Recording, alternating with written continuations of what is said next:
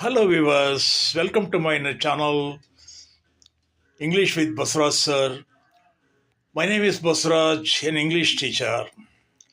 Those who have not yet subscribed, please subscribe and encourage me.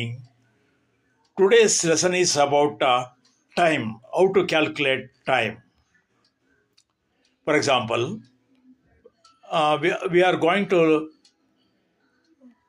Translate into English from Kannada. ಅಂದರೆ ನಾವಿಲ್ಲಿ ಕನ್ನಡದಿಂದ ಇಂಗ್ಲೀಷ್ಗೆ ತರ್ಜುಮೆ ಮಾಡೋದು ಹೇಗೆ, ಕಾಲವನ್ನು ಅದನ್ನು ತಿಳ್ಕೊಳ್ಳೋಣ. ಈಗ ಉದಾಹರಣೆಗೆ ಫಾರ್ ಎಕ್ಸಾಂಪಲ್, ಈ ದಿನ ಶನಿವಾರ, ಟುಡೇ ಈಸ್ ಸ್ಯಾಟರ್ಡೇ. ನಿನ್ನೆ ದಿನ ಶುಕ್ರವಾರ. Yesterday was Friday. ನಾಳೆ ಭಾನುವಾರ. Tomorrow will be Sunday. 7 day. There are 12 months. ಒಂದು ವರ್ಷಕ್ಕೆ 12 ತಿಂಗಳುಗಳಿವೆ. There are 12 months in a year. ಅವು January, February, March, April, May, June, July, August, September, October, November, December.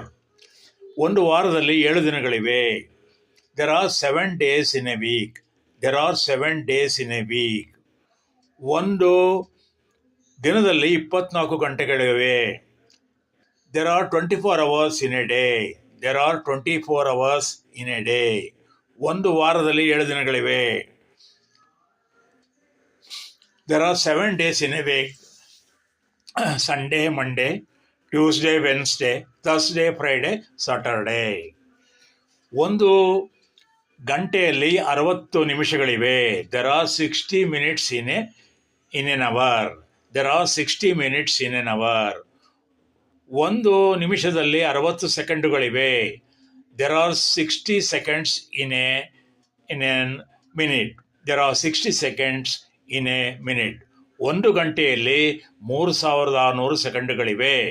There are 3600 minutes in an hour. There are 3600 minutes in an hour.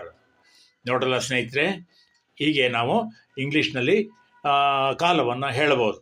ನಿಮಗೆ ನನ್ನ video ಇಷ್ಟ ಆದರೆ ದಯವಿಟ್ಟು like ಮಾಡಿ, share ಮಾಡಿ ಮತ್ತು subscribe ಆಗಿ, ಹಾಗೆ ಬೆಲ್ ಬಟನ್ನ ಒತ್ತೋದನ್ನು ಮರಿಬೇಡಿ. Thank you all.